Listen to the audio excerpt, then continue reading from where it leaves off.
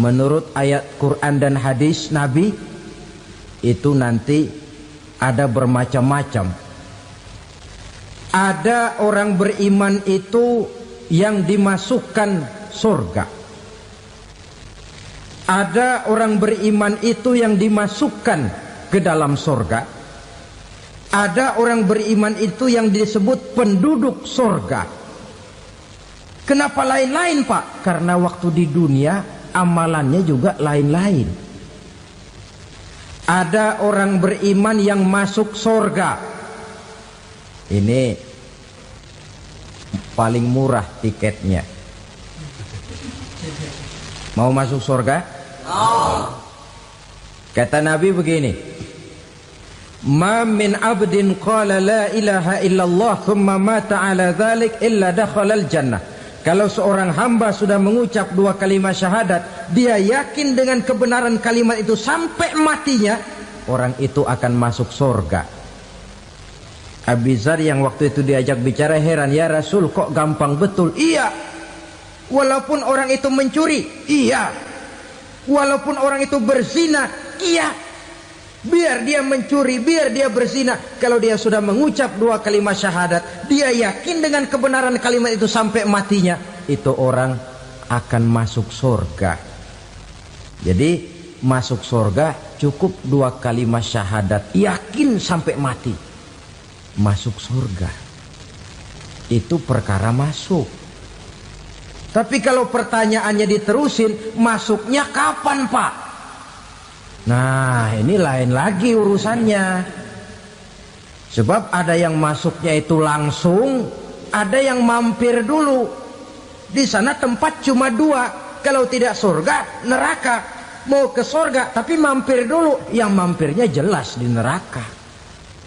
Kenapa? Dalam hadis qudsi ada riwayat, nanti itu di akhirat, setelah Allah selesai mengatur penduduk surga masuk surga, yang neraka masuk neraka, Allah berkata kepada malaikat Malik, malaikat Malik, labaik ya Allah.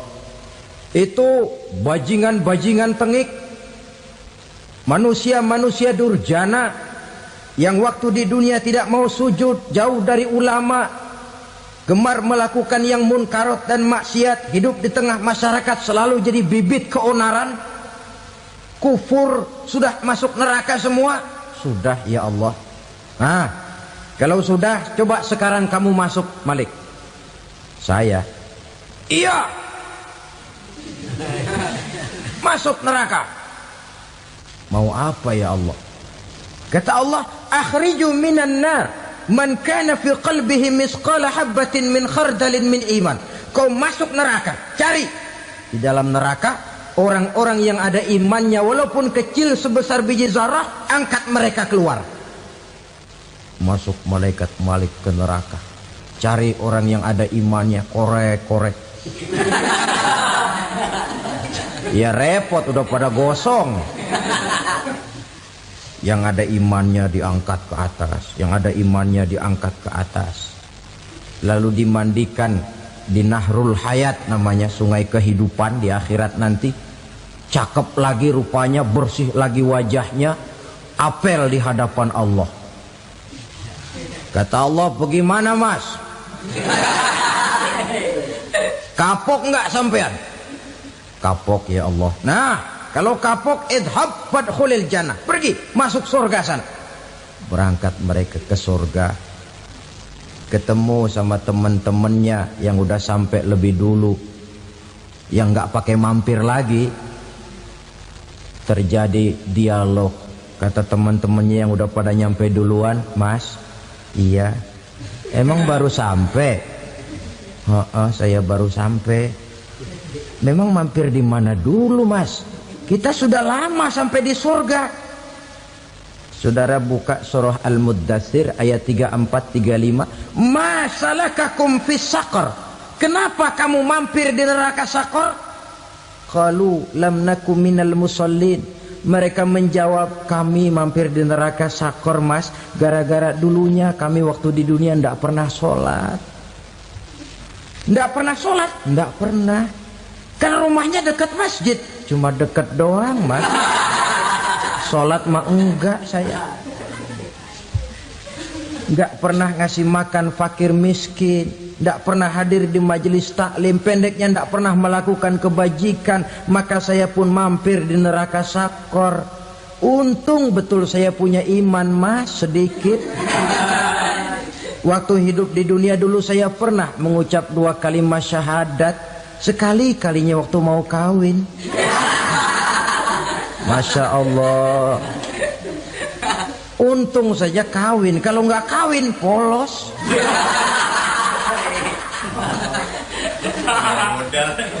Itu juga pengulu sudah setengah mati ngajarin. Asyhadu alla, asyaduaan, asyaduaan.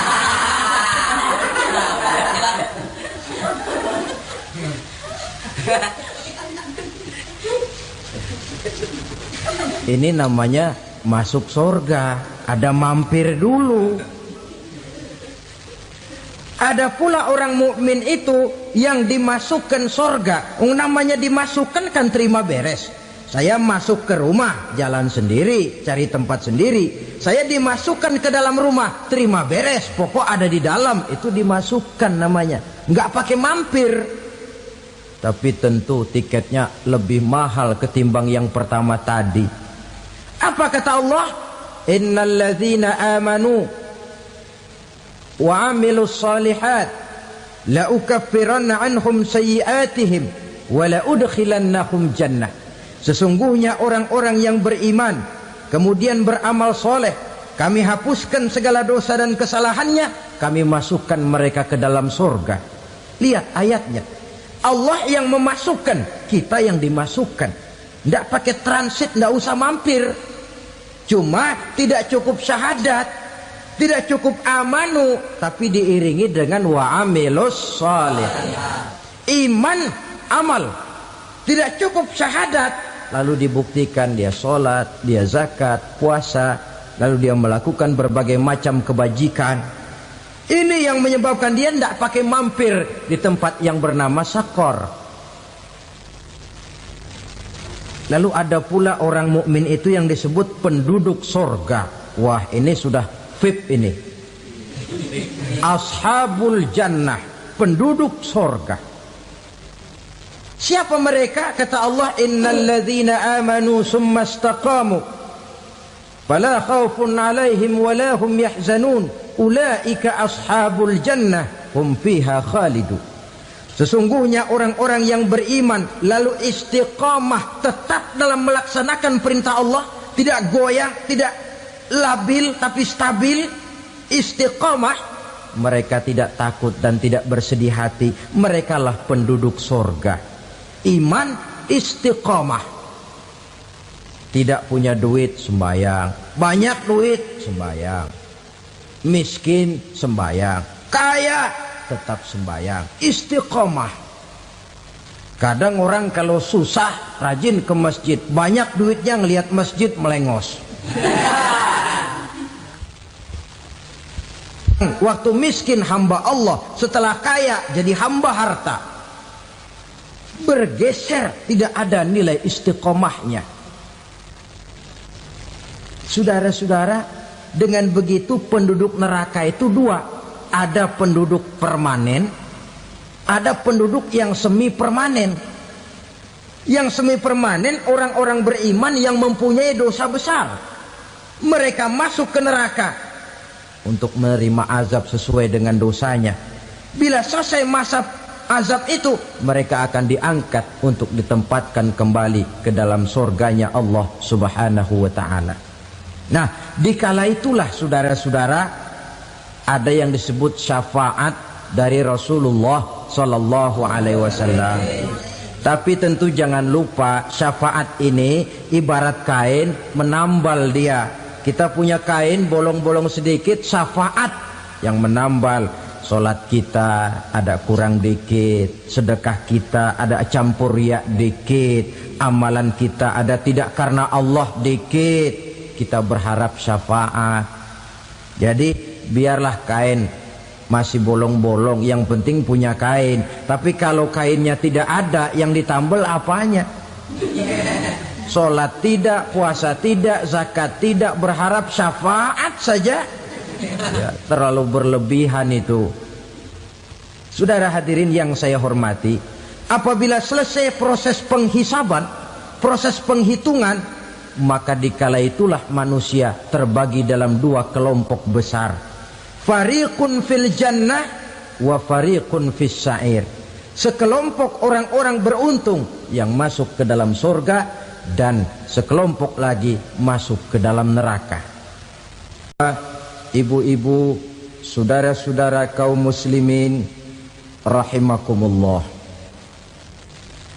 Pada pertemuan yang lalu sudah saya jelaskan bahwa hidup selalu berakhir dengan kematian.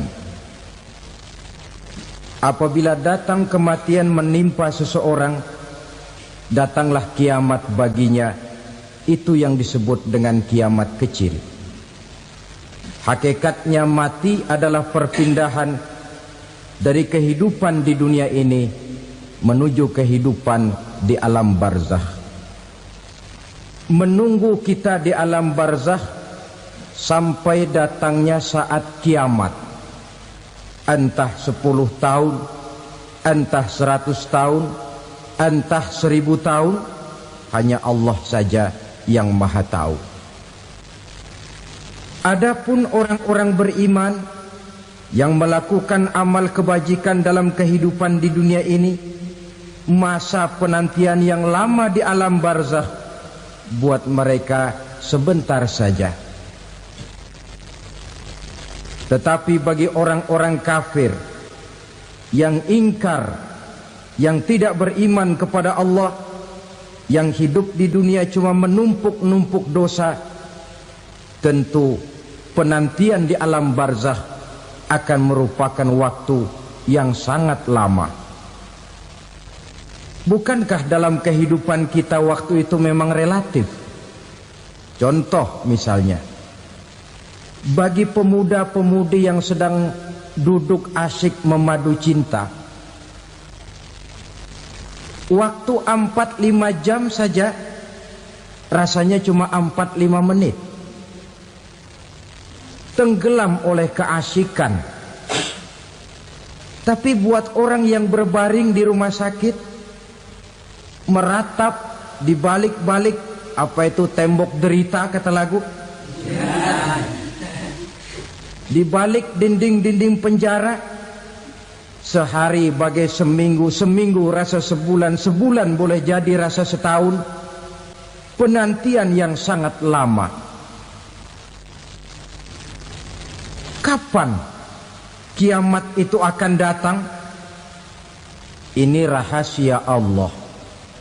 Jangankan kita yang orang awam, baginda Nabi sendiri tidak diberitahu oleh Allah kapan kiamat itu akan terjadi. Tetapi sungguh pun demikian, banyak hadis-hadis yang menjelaskan ciri atau tanda-tanda datangnya kiamat. Nah, kalau sudah bicara soal tanda kiamat itu ada dua. Pertama yang disebut alamatus sughra, tanda-tanda kecil. Ini waktunya masih ada tenggang. Ada yang dinamakan alamatul kubra, tanda-tanda besar. Artinya kiamat sudah diambang pintu. Apa tanda-tanda kecil dari datangnya hari kiamat itu? Misalnya kata Nabi, apabila ilmu sudah diangkat oleh Allah. Artinya apabila ulama sudah banyak wafat, minat orang belajar agama berkurang, lalu kebodohan nampak merajalela di mana-mana, zina dikerjakan secara terbuka, minuman-minuman keras jadi kebanggaan, itu termasuk di antara tanda-tanda kecil terjadinya hari kiamat.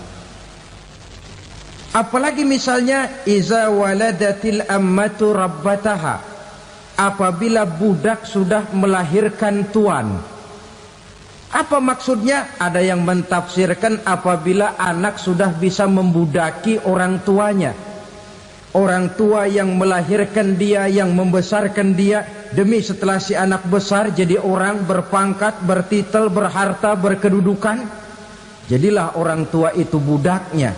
Sehingga sering dibilang kalau orang tua kaya, anak jadi raja. Tapi kalau anak yang kaya, orang tua sering jadi budak. Apalagi munculnya fitnah yang bergelombang, timbul perang antara dua bangsa yang besar, waktu berjalan terasa sangat pendek sekali. Itu merupakan tanda di antara tanda-tanda kiamat. Termasuk di dalamnya sulit membedakan mana laki, mana perempuan. Kan kalau tanda-tanda kayak begini sekarang sudah banyak kita lihat kan. Ulama banyak wafat, penggantinya sulit. Zina dikerjakan berterang-terangan, minuman keras jadi kebanggaan. Banyak anak membudaki orang tuanya, sulit membedakan mana laki mana perempuan. Kadang-kadang dari belakang kita lihat perempuan bener, begitu kita colek nengok jenggotan.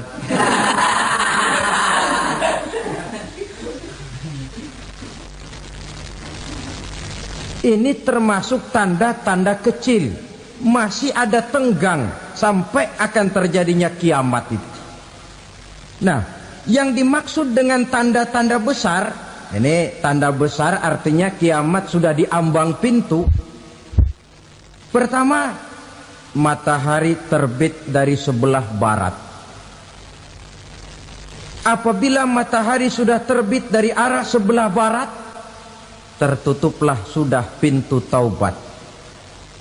Bersabda Nabi kita, la taqumus sa'atu hatta tatlu'a syamsu min maghribiha. Tidak akan datang hari kiamat sampai matahari terbit dari arah sebelah barat. Fa iza tala'at, manakala matahari telah terbit dari arah sebelah barat, wara'ahan nasu, manusia banyak menyaksikan itu, amanu ajma'un, mereka pun lalu beriman. Yang tadinya kafir, yang tadinya ingkar, yang tadinya membangkang, setelah melihat matahari terbit dari sebelah barat, buru-buru beriman, berlomba-lomba mengucap dua kalimat syahadat. Tapi apa yang terjadi? Kata Nabi, wadzalika hina la yanfa'u nafsan imanuha lam takun amanat min qabl. Hari itu adalah hari yang iman sudah tidak berguna lagi bagi seseorang apabila sebelumnya memang dia tidak pernah beriman.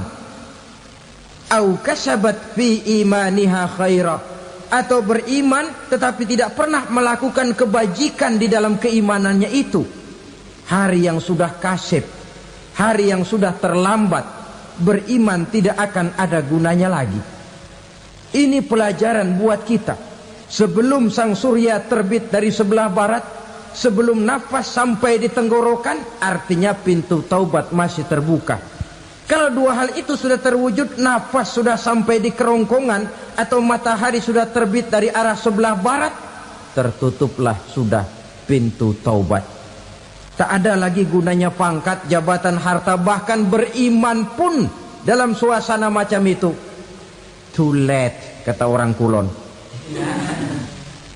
Sudah terlambat. Matahari terbit dari arah sebelah barat. Itu tanda besar, artinya kiamat sudah diambang pintu. Lalu apalagi tanda besar? Munculnya Dajjal. Dajjal artinya pendusta-pendusta yang menyesatkan manusia. Ada dua macam Dajjal, saudara. Ada Dajjal kecil. Ini Dajjal kelas 3. Kalau ini sejak zaman Rasulullah sudah ada itu. Tiap zaman ada. Di zaman Rasulullah misalnya ada yang bernama Aswad al-Unsi dari Yaman. Ada yang namanya Musailamah Al-Kazzab dari Yamamah. Ada yang namanya Ibnu Sayyad dari Madinah. Ini dajjal-dajjal di zaman Rasul. Musailamatul Kazzab memproklamirkan diri jadi nabi dia. Di zaman Rasul masih hidup. Ini dajjal zaman Nabi. Di zaman sahabat muncul dajjal-dajjal.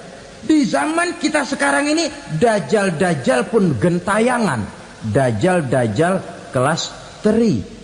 Kerjanya mendustakan manusia, menyesatkan manusia, memalingkan manusia dari jalan yang benar dan diridhoi oleh Allah Subhanahu wa taala. Adapun yang merupakan tanda besar dari datangnya kiamat, dajjal-dajjal kelas kakap. Pembohong-pembohong besar yang menyesatkan masyarakat manusia berpaling dari jalan Allah mengikuti jalan mereka. Apa sih ciri dajjal itu? Kata Nabi dalam hadis Bukhari Muslim, "Innad dajjala", sesungguhnya yang namanya dajjal itu yakhruju, satu saat akan muncul mendekati hari kiamat. Wa inna ma'ahu ma'an, si dajjal ini membawa air. Wa naran, dan juga membawa api. Dua simbol. Di tangan yang satu dia bawa air, di tangan yang satu dia bawa api. Wa ammal ladzi yarahu an-nasu ma'an fanarun, adapun yang orang banyak lihat air, hakikatnya adalah api. Yang dilihat api, hakikatnya adalah air. Oleh sebab itu, kalau api yang ditawarkan, ambillah air. Kalau air yang ditawarkan, pilihlah api. Maksudnya apa ini? Ini bahasa simbol, saudara-saudara. Dajjal bicaranya seolah-olah untuk kepentingan manusia, menawarkan surga. Surga yang dia tawarkan hakikatnya neraka. Hai manusia, kalau kau mau bahagia, jangan dekat-dekat dengan agama. Solat itu tidak efektif dan efisien, tidak produktif dari segi ekonomi itu. Menghadiri majelis taklim cuma buang-buang waktu. Tahajud, tasbih, tahlil, baca Quran, apa itu? Pekerjaan mubazir saja. Hidup ini cuma sekali, masa yang cuma sekali, manfaatkan dengan sebaik-baiknya. Mumpung, dibawanya sifat mumpung, tetapi dalam pengertian yang sangat negatif. Bicaranya seolah-olah untuk kepentingan manusia, tetapi sebenarnya menjerumuskan manusia. Menawarkan air, tapi sebenarnya api. Menawarkan api, tapi hakikatnya air. Buat apa kamu sholat? Buat apa kamu bayar zakat? Buat apa kamu puasa? Surga yang dicanangkan Dajjal, hakikatnya neraka. Neraka yang digambarkan Dajjal, pada dasarnya adalah surga. Jadi memutarbalikkan fakta itu kerjaan Dajjal. Yang hak jadi batil, yang batil dibilang hak, yang benar jadi salah, yang salah malah jadi benar. Tuntunan disuruh jadi tontonan, tontonan malah menjadi tuntunan. Itu pekerjaan Dajjal profesinya. Zamannya Nabi Adam, Dajjalnya kan iblis. Betul? Betul. Apa sih gang kerayuan iblis itu? Allah setelah menciptakan Nabi Adam kan bilang, Adam, kau dan istrimu Hawa tinggal di surga ini. Seluruh fasilitas yang ada di surga persilahkan kau nikmati. Satu yang tidak boleh, jangan coba-coba dekati pohon khuldi. Dekat saja jangan, apalagi sampai memetiknya. Datang Dajjal yang namanya iblis ini. Adam, kamu tahu nggak kenapa tidak boleh makan buah khuldi? Ya nggak tahu, pokoknya saya dilarang. Bodoh kamu Dam. Khuldun artinya kekal. Kalau kamu makan itu buah, kau akan kekal di surga buat selamanya. Allah tidak kepengen, maka dilarang kamu makan buah khuldi. Kalau kau ingin kekal di surga Adam, makan saja. Saya bicara begini ini untuk kepentingan kamu Adam. Ini kan ciri-ciri Dajjal. Bicaranya sih seolah-olah untuk kepentingan Nabi Adam, hakikat sebenarnya menjerumuskan Nabi Adam supaya ingkar dan melanggar larangan dari Allah Subhanahu wa ta'ala. Jadi setelah muncul Dajjal, timbul kekacauan-kekacauan di masyarakat. Banyak yang terpengaruh, terpedaya dan terpesona. Termasuk mereka yang memproklamirkan diri jadi nabi. Mereka yang memproklamirkan diri jadi rasul di zaman sesudah Rasulullah wafat, itu adalah Dajjal-Dajjal. Maka saya ingatkan, kalau di zaman kita sekarang ini ada orang ngaku jadi nabi, ada orang ngaku jadi rasul, biar bahasa Arabnya kental, Quran hafal, hadis ribuan hadis hafal, biar pakai serban sampai menyengser ke tanah, bahasa Arabnya fasih, tapi dia mengaku jadi nabi, jadi rasul, kita umat Islam wajib tidak percaya. Wajib untuk tidak percaya. Itulah Dajjal-Dajjal zaman kita sekarang ini. Tidak mustahil mereka datang mempengaruhi orang awam supaya berpaling dari Rasulullah, mengikuti mereka. Nah, di akhir zaman nanti, mendekati hari kiamat, Dajjal ini muncul. Dajjal kelas kakap, menyesatkan masyarakat manusia untuk berpaling dari Islam, mengikuti seruan mereka. Apalagi di antara datangnya kiamat itu, tanda yang besar itu, turunnya Nabiullah Isa Al-Masih, putra Maryam. Menurut berbagai hadis yang sahih, Nabi Isa Al-Masih nanti akan turun lagi. Tidak membawa risalah yang baru, tapi meluruskan risalah Islam ini yang telah banyak ditinggalkan oleh masyarakat. Bahkan ada hadis menjelaskan beliau akan membunuh Nabi, mematahkan kayu-kayu salib, lalu melaksanakan haji dan umrah mengikuti syariat Nabi Muhammad, bukan membawa agama baru. Menjadi semacam mujaddid, reformer, menyelamatkan manusia dari bisikan Dajjal. Bahkan ada riwayat yang menjelaskan bahwa Nabi Isa berhasil mengalahkan Dajjal, mengembalikan masyarakat manusia kembali kepada ajaran Islam yang datang dari Allah, dibawa oleh Rasulullah Sallallahu Alaihi Wasallam. Dengan kata lain, turunnya Nabi Isa bukan sebagai Nabi dan Rasul baru, tetapi mengikuti syariat Nabi kita Muhammad Sallallahu Alaihi Wasallam. Saudara hadirin, ibu-ibu hadirat yang saya hormati, kemudian apalagi di antara tanda-tanda besar akan datangnya kiamat itu? Keluarnya asap atau awan. Kata Nabi, inna min asyrati sa'ah dukhanan yamla'u ma bainal masyriqi wal maghrib. Di antara tanda-tanda kiamat, munculnya awan antara langit dan bumi. Ini pun diperkuat dalam surah Ad-Dukhan ayat 10. Fartaqib yauma ta'tis sama' bidukhanin mubin fayughshan nas hadza azabun alim. Bagi orang-orang yang beriman, mereka biasa-biasa saja. Tapi bagi orang kufur, datangnya asap dan awan ini merupakan azab yang kelewat pedih. Barangkali sedikit mendekati gambaran tentang azab yang pedih ini, saya ingatkan alam pikiran kita kepada peristiwa yang belum lama terjadi. Pernah dengar berita bocornya reaktor nuklir di Chernobyl, Uni Soviet? Pernah dengar? Nah, bocornya reaktor nuklir di Chernobyl yang mengakibatkan ratusan bahkan sangat mungkin ribuan nyawa. Cuma satu reaktor. Bagaimana kalau seluruh cadangan nuklir yang dimiliki oleh para negara adik kuasa ini diledakkan? Bahkan yang konon menurut catatan cadangan nuklir yang dimiliki bersama oleh Amerika dan Rusia sekarang ini sudah sanggup memusnahkan 6 miliar manusia, 1,5 kali lebih banyak dari jumlah manusia yang nongkrong di permukaan bumi ini. Saudara-saudara hadirin yang saya hormati,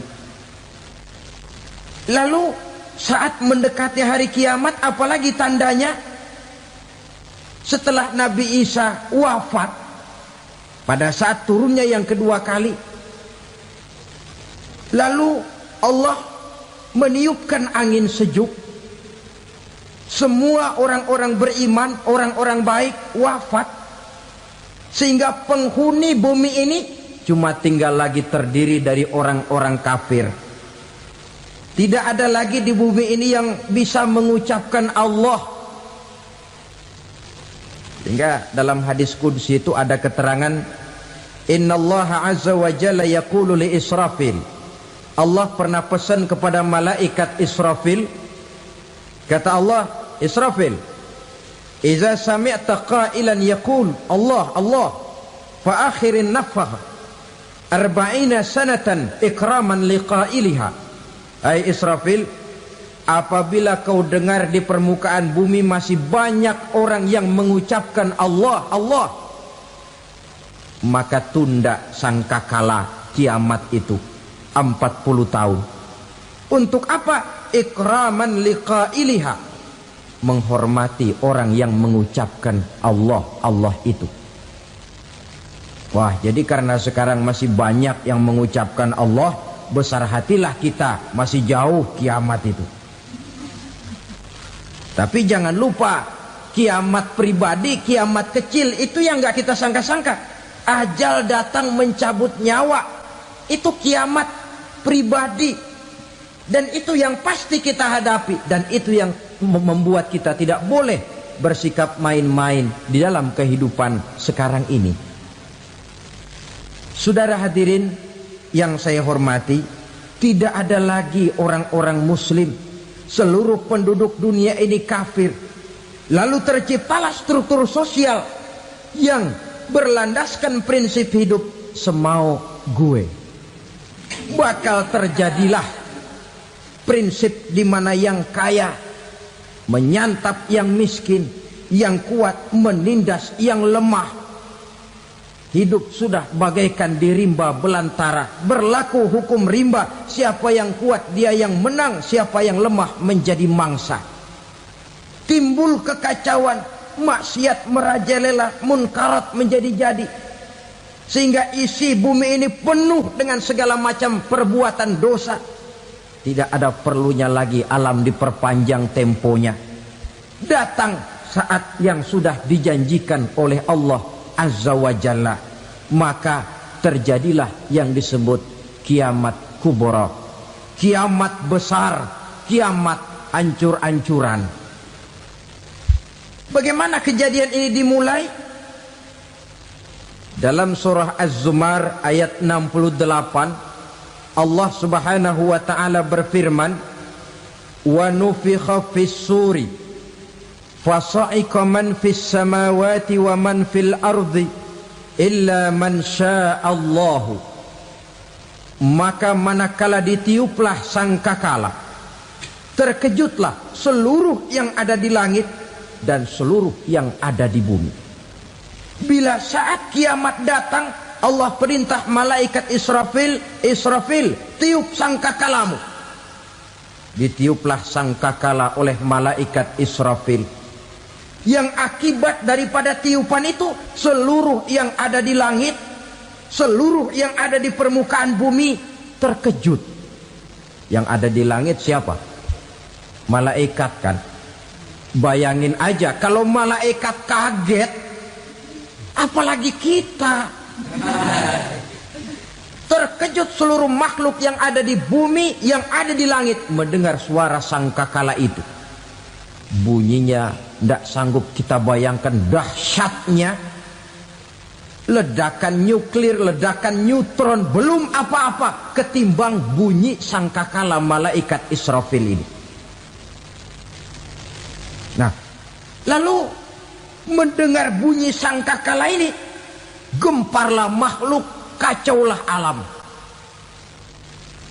Bumi gempa, planet-planet bertabrakan, gunung meletus, air laut tumpah ke darat, angin topan bertiup, halilintar menyambar.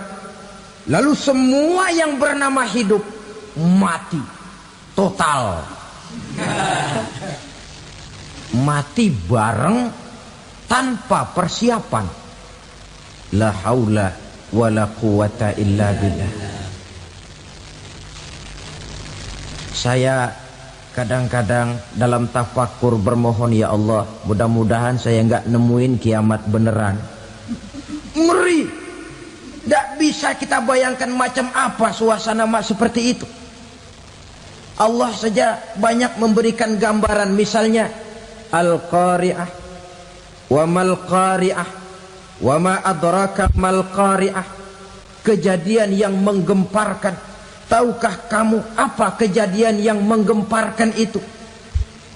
Yauma yakunun nasu kal farasil mabsus wa takunul jibalu kal ihnil manfus. Pada saat itu manusia berterbangan bagai kupu-kupu, gunung berterbangan seperti kapas ditiup angin. Gunung saja macam kapas, konon lagi manusia. Kematian total, mulai semut sampai gajah mati, jin mati, iblis mati, malaikat mati. Malaikat saja mati. Saudara hadirin yang saya hormati, kematian total yang tanpa persiapan. Orang bilang, Pak, kalau mati bareng begitu yang repot malaikat maut dong ya. Cabut sana, cabut sini. Itu kalau menurut logika kita, mestinya begitu menurut logika. Tapi logika juga yang nggak perlu serepot itu. Sebab untuk mematikan listrik di wilayah DKI, di wilayah Jakarta, nggak perlu tiap rumah didatengin, matiin, ya lama. Cukup dari kantor pusatnya saja PLN, tekan satu tombol, gelaplah seluruh Jakarta. Saudara hadirin yang saya hormati, kematian total. Lalu setelah kematian total, planet-planet juga mati, dalam arti tidak bergerak dan beredar. Angin mati, dalam arti tidak bertiup. Air mati, dalam arti tidak ada riak gelombang. Pokoknya semua mati. Kullu nafsin za'iqatul maut. Semua yang bernafas mati. Dalam ayat lain, kullu man 'alaiha fan. Semua yang ada di permukaan bumi fana. Yang kekal cuma Allah Subhanahu wa ta'ala. Yang paling belakang mati malaikat maut dan malaikat Israfil. Tapi mati juga sesuai dengan janji Allah. 10 lamanya. Tidak dijelaskan oleh Abi Hurairah 40 jam, apa 40 hari, apa 40 tahun. Hadis-hadis cuma menyebutkan 40 saja. Sunyi alam, yang tinggal cuma Allah saja lagi. Ketika itu Allah berseru-seru, katanya, limanil mulkul yauma. Siapa para penguasa hari ini? Mana itu raja-raja dan penguasa yang dulu mengaku jadi Tuhan? Fir'aun. Mana Fir'aun sekarang? Yang dulu jadi raja, merasa berhasil, sombong, lalu tidak mau turun-turun dari kekuasaannya, sampai kepada puncak kekurang ajarannya mengangkat diri jadi Tuhan.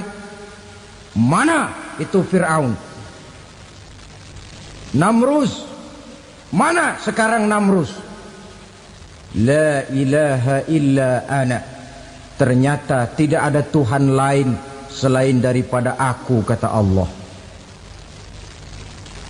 Proses kemudian, saudara-saudara, turunlah hujan dari langit. 40 lamanya hujan itu. Tidak jelas juga 40 jam apa 40 hari.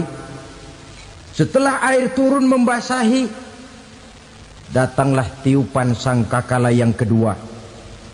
Semua yang bernama mati bangkit dari kuburnya masing-masing.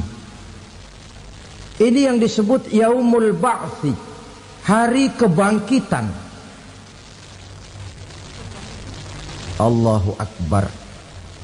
Pada saat kita bangkit dari kubur kita masing-masing, kumpul di padang mahsyar namanya. Bayangin aja, saya sendiri nggak sanggup bayangin.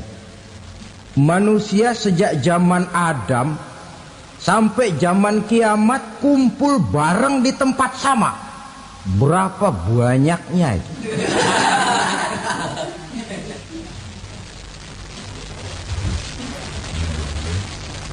Dan yang luar biasa menurut satu riwayat, pada saat bangkit itu, Masya Allah, roman muka kita berubah,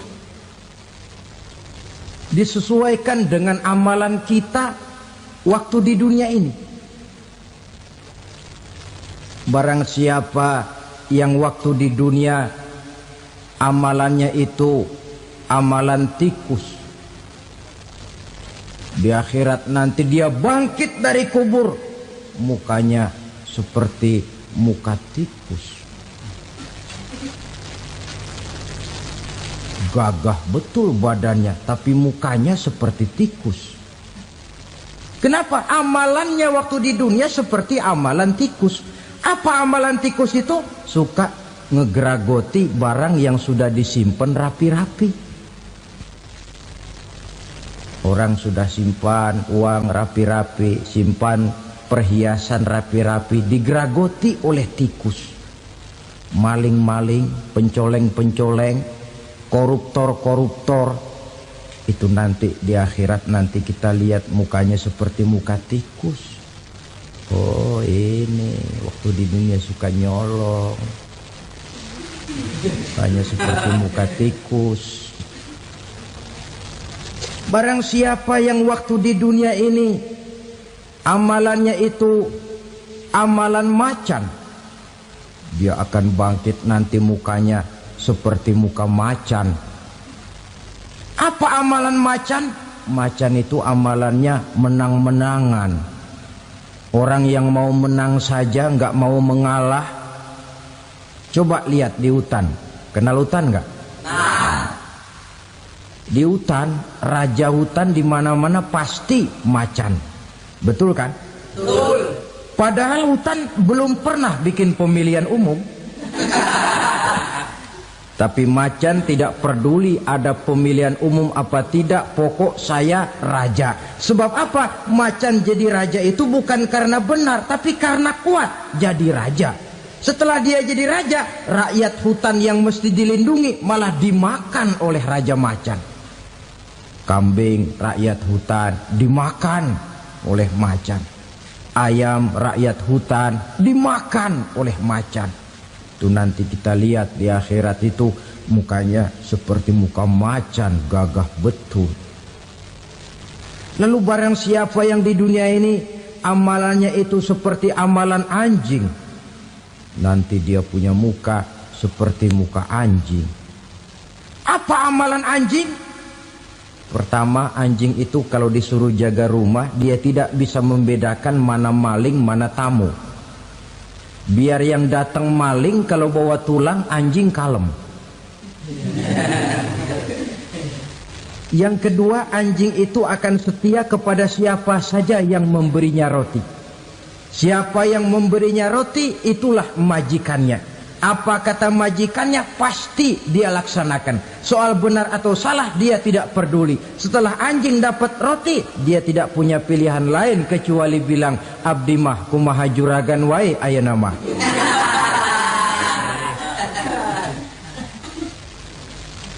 Saudara hadirin yang saya hormati, berkumpul di padang mahsyar, tiap orang sibuk dengan persoalannya masing-masing. Matahari waktu itu didekatkan oleh Allah. Panas luar biasa. Ada yang saking panasnya itu mencucurkan peluh keringat sampai sebatas mata kakinya. Ada yang keringatnya sampai sedengkulnya. Ada yang keringatnya sampai sepusatnya. Ada yang keringatnya mengalir sampai sebahunya. Ada yang kelelap oleh keringatnya sendiri, sementara orang di sampingnya enggak apa-apa. Bergantung lagi amalan dia waktu di dunia ini. Saudara-saudara, sebagian orang dalam kepanikan padang mahsyar berombong-rombong datang mereka menghadap Nabi Adam. Ya Adam, anta abal bashar. Hai Adam, Tuhan adalah bapak moyang manusia. Kami sebentar lagi akan disidang, dimintakan pertanggungan jawab. Tolonglah kami, hai Adam.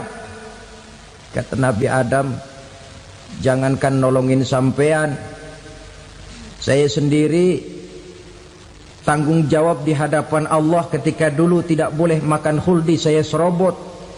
Sudahlah, urus diri masing-masing saja, nafsi. Begitu kata Nabi Nuh, begitu kata Nabi Ibrahim.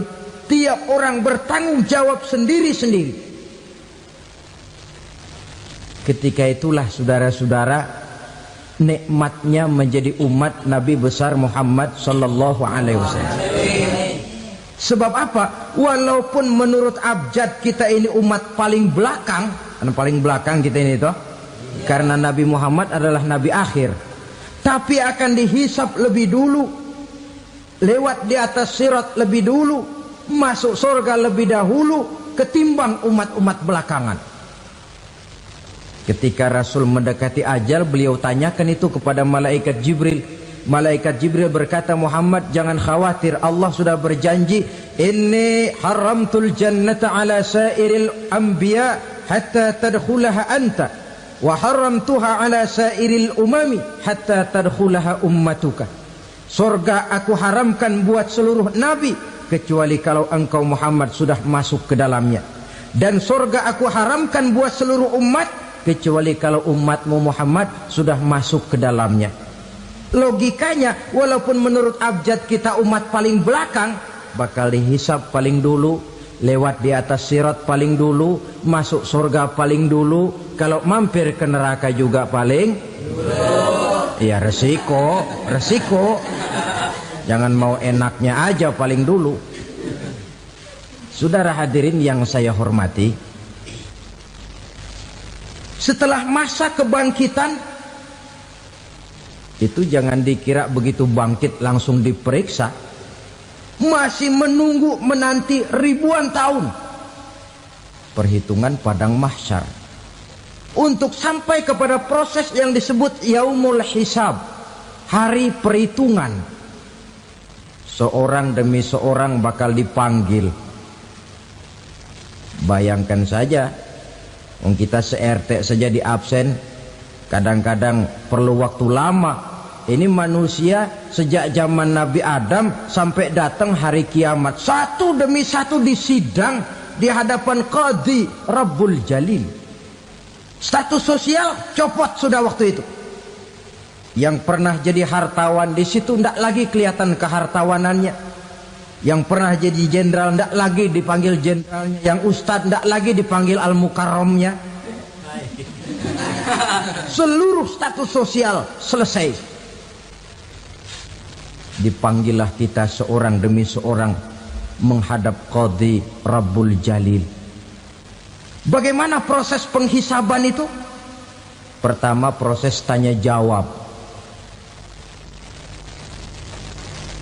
Di antaranya ada hadis menyatakan, lan tazula qadama 'abdin yaumal qiyamah hatta yus'ala an arba'i khisalin.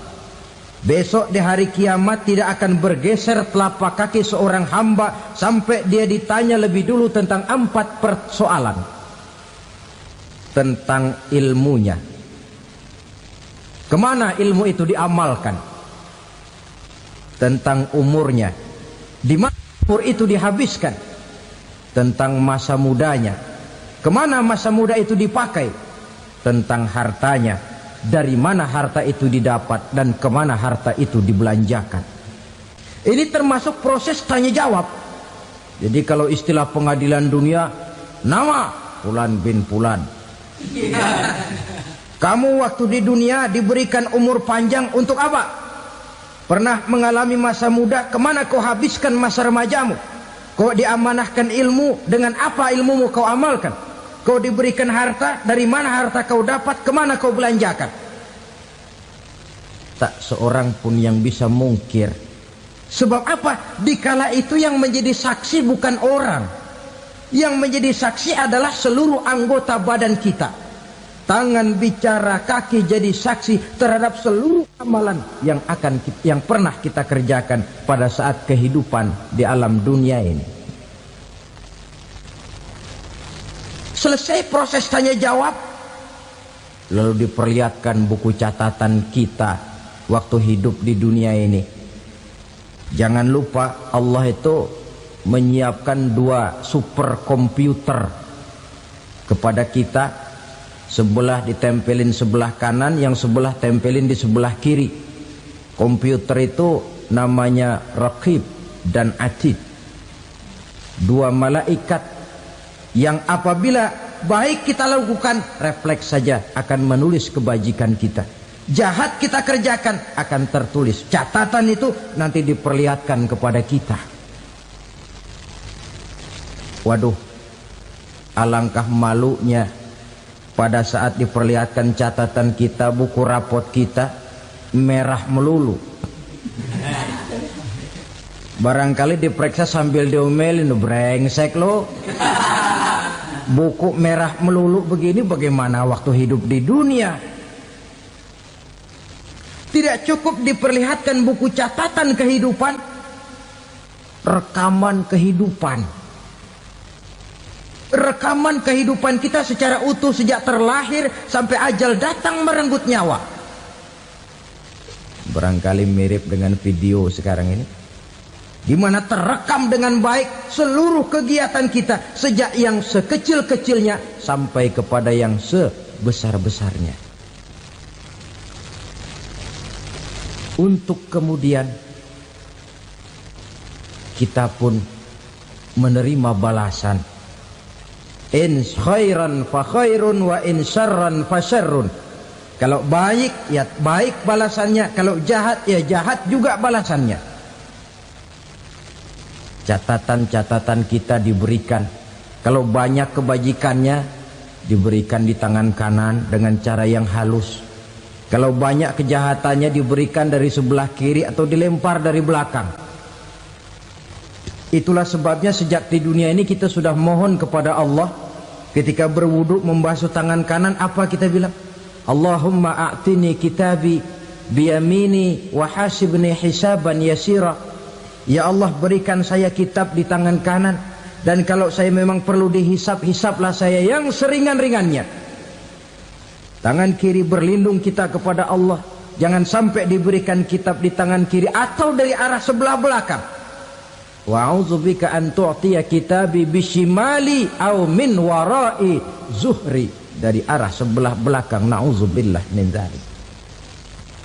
Setelah selesai lewat proses penghisaban, lewat mizan, timbangan, maka yang sudah selesai dihisab itu bergeraklah menuju sirat, jembatan yang terbentang menuju surga melalui neraka.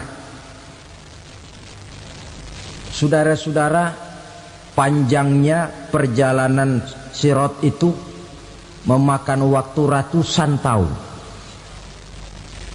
Tetapi orang yang lewat di atas sirat pun macam-macam, bergantung amalannya ketika di dunia ini.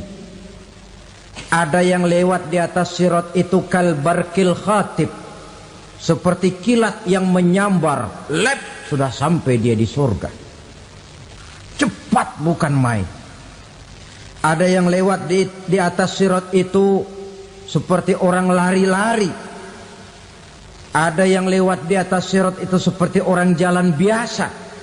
Ada yang sambil merangkak, ada yang sambil ngesor, ada yang sambil gelayutan, ada yang selamat sampai ke ujung ke surga, ada yang tergelincir jatuh masuk ke dalam neraka, bergantung amalannya dalam kehidupan di dunia sekarang ini.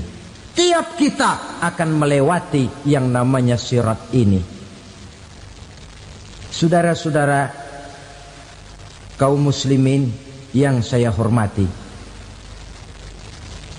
dengan demikian mereka yang selamat melalui sirat sampai ke terminal akhir surga, mereka yang ketika dihisab ternyata banyak kejahatannya daripada kebaikannya, mereka singgah di dalam neraka. Nah, adapun orang-orang yang beriman menurut ayat Quran dan hadis Nabi itu nanti ada bermacam-macam. Ada orang beriman itu yang dimasukkan surga. Ada orang beriman itu yang dimasukkan ke dalam surga. Ada orang beriman itu yang disebut penduduk surga. Kenapa lain-lain, Pak? Karena waktu di dunia amalannya juga lain-lain. Ada orang beriman yang masuk surga. Ini paling murah tiketnya. Mau masuk surga? Kata Nabi begini, ma min abdin qala la ilaha illallah thumma mata ala dhalik illa dakhala al-jannah. Kalau seorang hamba sudah mengucap dua kalimat syahadat, dia yakin dengan kebenaran kalimat itu sampai matinya, orang itu akan masuk surga. Abi Dzar yang waktu itu diajak bicara heran, ya Rasul kok gampang betul? Iya, walaupun orang itu mencuri, iya, walaupun orang itu berzina, iya. Biar dia mencuri, biar dia berzina, kalau dia sudah mengucap dua kalimat syahadat, dia yakin dengan kebenaran kalimat itu sampai matinya, itu orang akan masuk surga. Jadi masuk surga cukup dua kalimat syahadat, yakin sampai mati, masuk surga. Itu perkara masuk. Tapi kalau pertanyaannya diterusin, masuknya kapan, Pak? Nah, ini lain lagi urusannya. Sebab ada yang masuknya itu langsung, ada yang mampir dulu. Di sana tempat cuma dua, kalau tidak surga, neraka. Mau ke surga tapi mampir dulu, yang mampirnya jelas di neraka. Kenapa? Dalam hadis qudsi ada riwayat, nanti itu di akhirat, setelah Allah selesai mengatur penduduk surga masuk surga, yang neraka masuk neraka, Allah berkata kepada malaikat Malik, malaikat Malik, labaik ya Allah, itu bajingan-bajingan tengik, manusia-manusia durjana yang waktu di dunia tidak mau sujud, jauh dari ulama, gemar melakukan yang munkarat dan maksiat, hidup di tengah masyarakat selalu jadi bibit keonaran, kufur, sudah masuk neraka semua. Sudah ya Allah. Nah, kalau sudah, coba sekarang kamu masuk, Malik. Saya, iya, masuk neraka. Mau apa ya Allah? Kata Allah, akhriju minan nar man kana fi qalbihi misqala habbatin min khardalin min iman. Kau masuk neraka, cari di dalam neraka orang-orang yang ada imannya walaupun kecil sebesar biji zarah, angkat mereka keluar. Masuk malaikat Malik ke neraka, cari orang yang ada imannya, korek-korek. Ya repot, udah pada gosong. Yang ada imannya diangkat ke atas, yang ada imannya diangkat ke atas, lalu dimandikan di Nahrul Hayat, namanya sungai kehidupan di akhirat nanti. Cakep lagi rupanya, bersih lagi wajahnya, apel di hadapan Allah. Kata Allah, bagaimana mas? Kapok nggak sampean? Kapok ya Allah. Nah, kalau kapok, idhab fadkhulil jannah, pergi masuk surga sana. Berangkat mereka ke surga. ketemu sama teman-temannya yang udah sampai lebih dulu, yang nggak pakai mampir lagi. Terjadi dialog. Kata teman-temannya yang udah pada nyampe duluan, "Mas, iya, emang baru sampai?" Saya baru sampai." "Memang mampir di mana dulu, Mas? Kita sudah lama sampai di surga." Saudara buka surah Al-Muddatsir ayat 34-35. "Ma salakakum fis saqar?" Kenapa kamu mampir di neraka Saqar? Qalu lam naku minal musallin. Mereka menjawab, kami mampir di neraka Saqar, Mas, gara-gara dulunya kami waktu di dunia tidak pernah sholat. Tidak pernah sholat? Tidak pernah. Kan rumahnya dekat masjid. Cuma dekat doang, Mas. Sholat mah enggak saya. Enggak pernah ngasih makan fakir miskin, enggak pernah hadir di majelis taklim, pendeknya enggak pernah melakukan kebajikan, maka saya pun mampir di neraka Saqar. Untung betul saya punya iman, Mas, sedikit.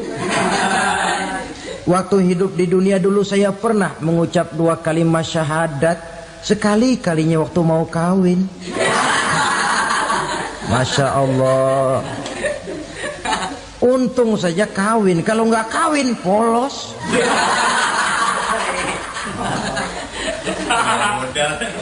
Itu juga pengulu sudah setengah mati ngajarin. Asyhadu alla, asyaduaan, asyaduaan.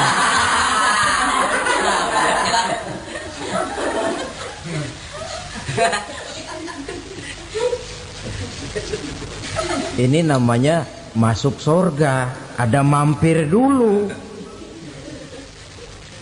Ada pula orang mukmin itu yang dimasukkan surga. Namanya dimasukkan kan terima beres.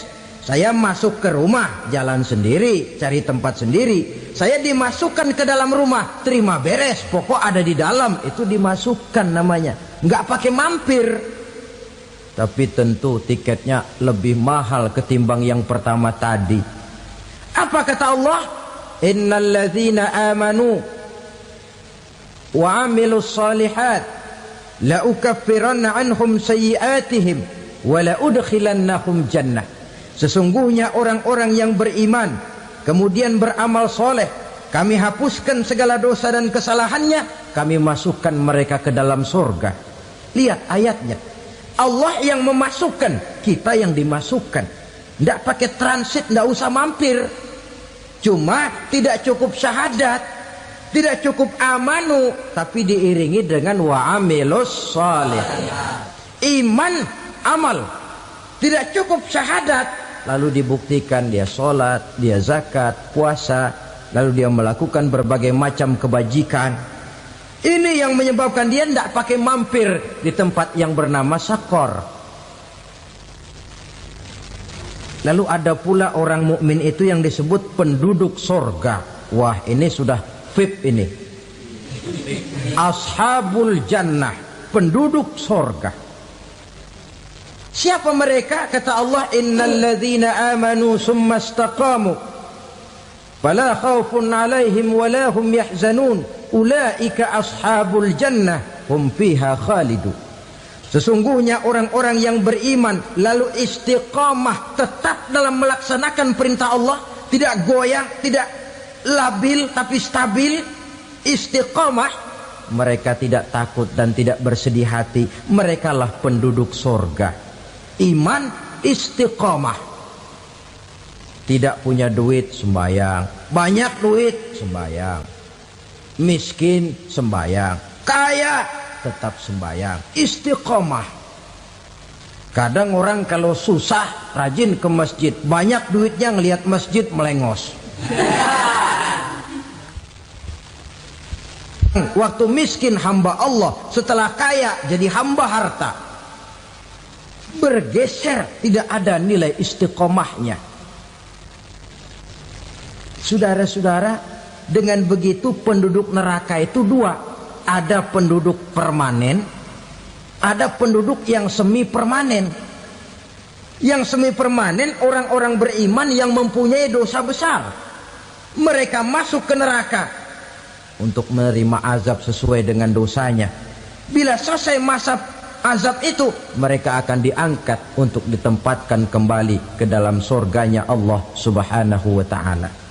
Nah, dikala itulah saudara-saudara, ada yang disebut syafaat dari Rasulullah Sallallahu Alaihi Wasallam. Tapi tentu jangan lupa, syafaat ini ibarat kain menambal dia.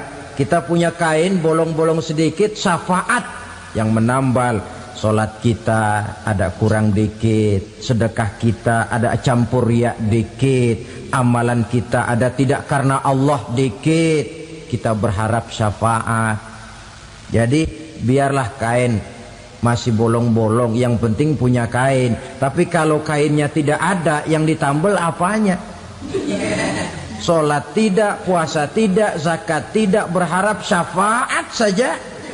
Ya, terlalu berlebihan itu. Saudara hadirin yang saya hormati, apabila selesai proses penghisaban, proses penghitungan, maka dikala itulah manusia terbagi dalam dua kelompok besar. Fariqun fil jannah wa fariqun fis sa'ir. Sekelompok orang-orang beruntung yang masuk ke dalam surga, dan sekelompok lagi masuk ke dalam neraka.